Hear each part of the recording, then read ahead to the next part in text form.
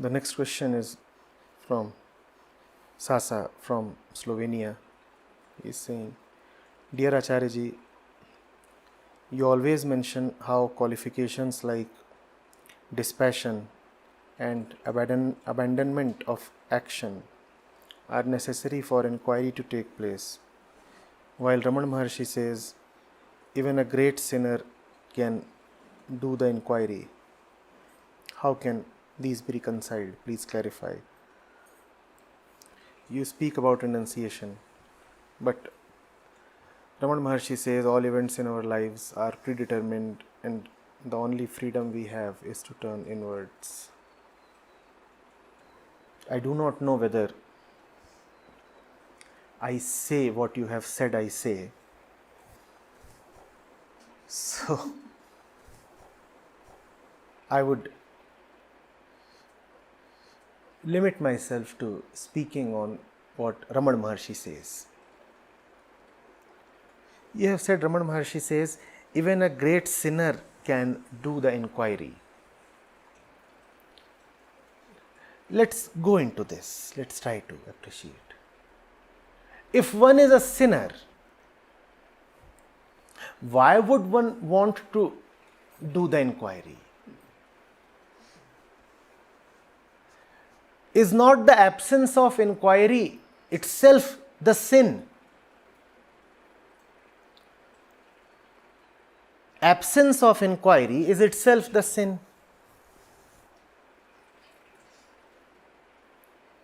So effectively, how you are interpreting this statement is that even the one not wanting to inquire, even the one extremely determined to not to inquire, can inquire. Now, how useful is this interpretation of yours? This is not what Ramana Maharishi is saying.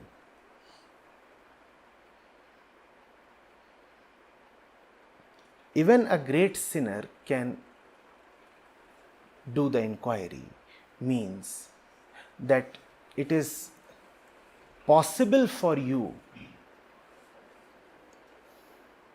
to drop the idea that you cannot break free of your situations.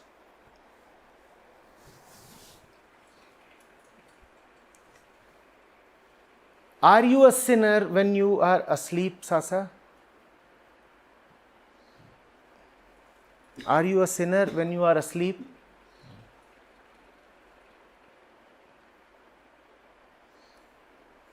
When does identification with sin arise in you?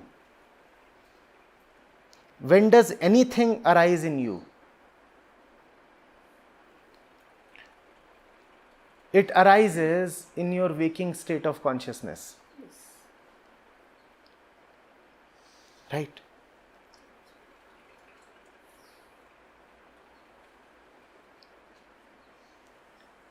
Which means sin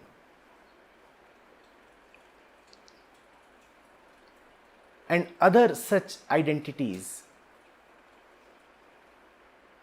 are thoughts, ideas that you hold about yourself.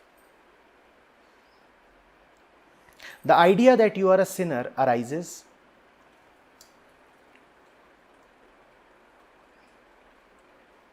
and then you get carried away by the idea, because the idea that you are a sinner is accompanied by another idea that says that now you are confined,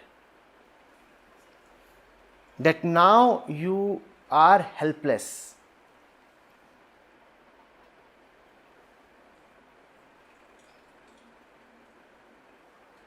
Together these two say, I am a sinner and I am destined to remain a sinner. I am a sinner and I am destined to remain the sinner. Without the second idea, the first idea has no weight, it cannot survive. It will have no life in the future. The first idea says, I am a, and the second idea says, I am destined to remain a sinner. I can't break free. So the second idea prolongs the first idea. Without the second idea, the first idea will just drop. Without the second idea, you will say, I am a sinner, and the moment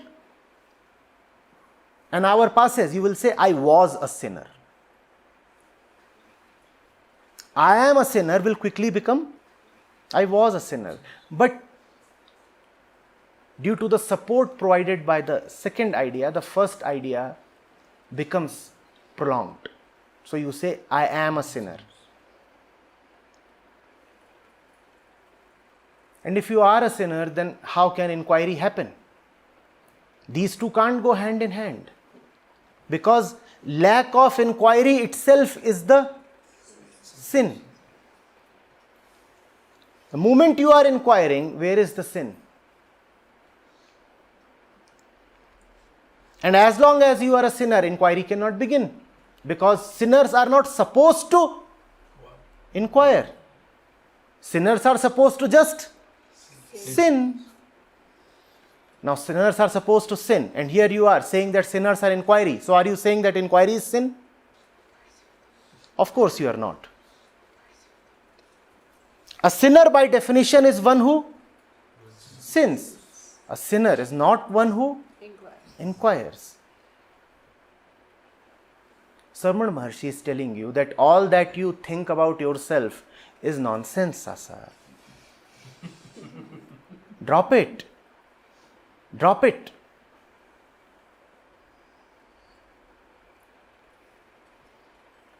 You are neither a sinner nor a virtuous one.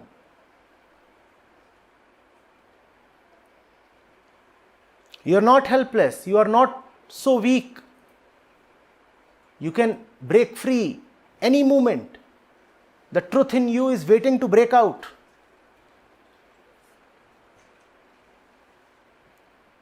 Remaining as you are, you won't be able to inquire. Inquiry is a dimensional shift. The center from where sins happen is not the same center from where inquiry happens. So how can you remain a sinner and yet inquire?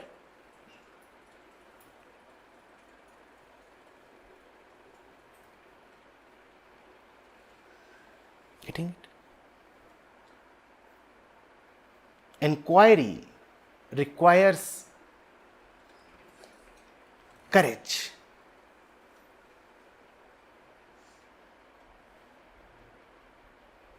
To look at your present condition honestly requires that you drop the idea that you are weak and powerless.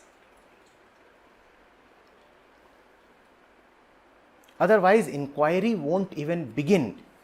Even before the beginning of inquiry, you will say, I am not capable enough, I am not qualified enough, because I am just a sinner.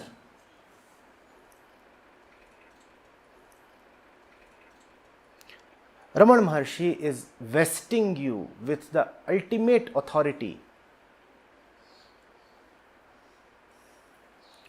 Don't misinterpret him. Don't think that he is saying that you can continue to be a sinner and yet inquire. He is saying you have it in your power to drop being a sinner any moment. I'll repeat. The difference in interpretations. The statement says, even a sinner can inquire. You are probably thinking that remaining a sinner can inquire. No, that is impossible. Remaining a sinner cannot inquire. But Ramana Maharishi is surely saying that even a sinner can inquire. So what does he mean? What he actually means is that your sinning can be dropped any moment. And therefore, inquiry can begin any moment. You are powerful. Don't use the statement to prolong your false sense of victimization or weakness. You getting it?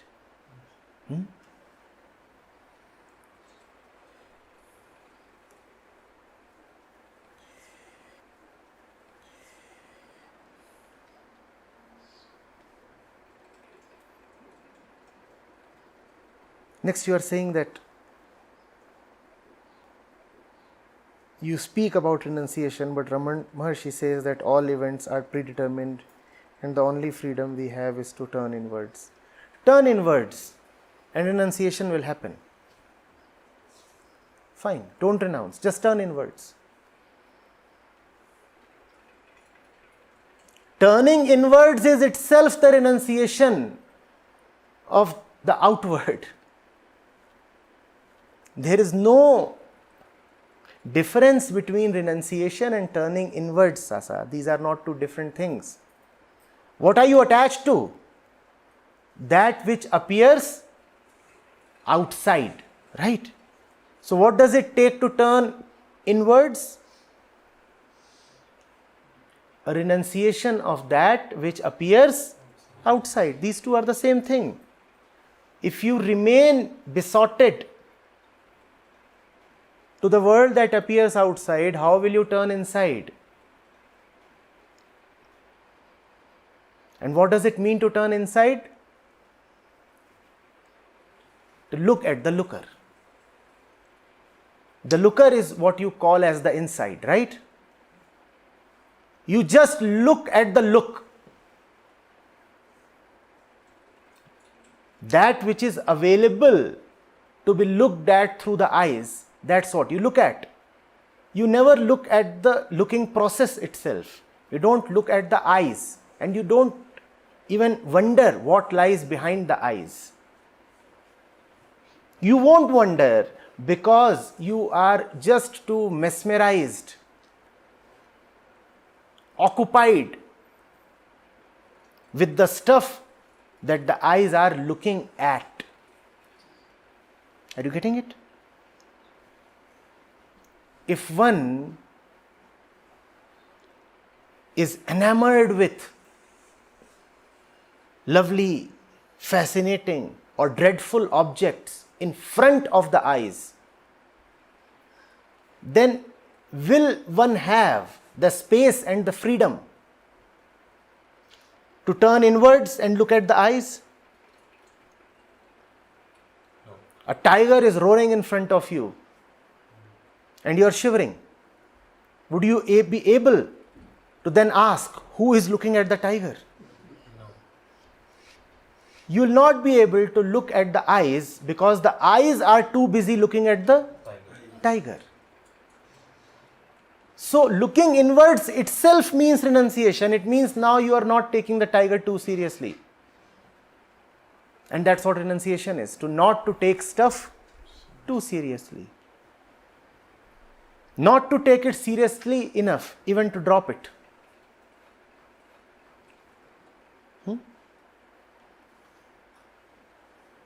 A little insect was sitting on my arm the other night. What is renunciation?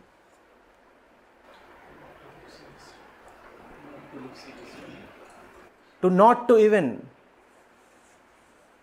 brush it away. That's renunciation. You would say, but it is present on your body. How have you renounced it? That exactly is renunciation.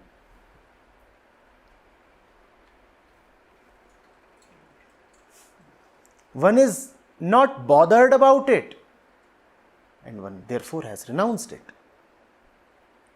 So apparently, the thing is attached to my body, but really there is no relation between me and the insect. Renunciation does not mean the horrid things that you probably imagine, Sasa. Renunciation does not mean that you will throw all your stuff down from the top of a hill. Renunciation does not mean that you have to give away your clothes, your slippers, and your bed.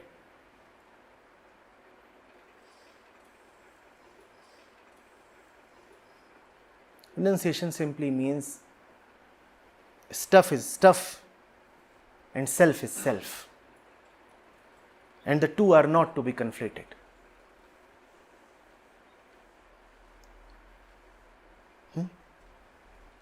Stuff is stuff and self is self. That's renunciation.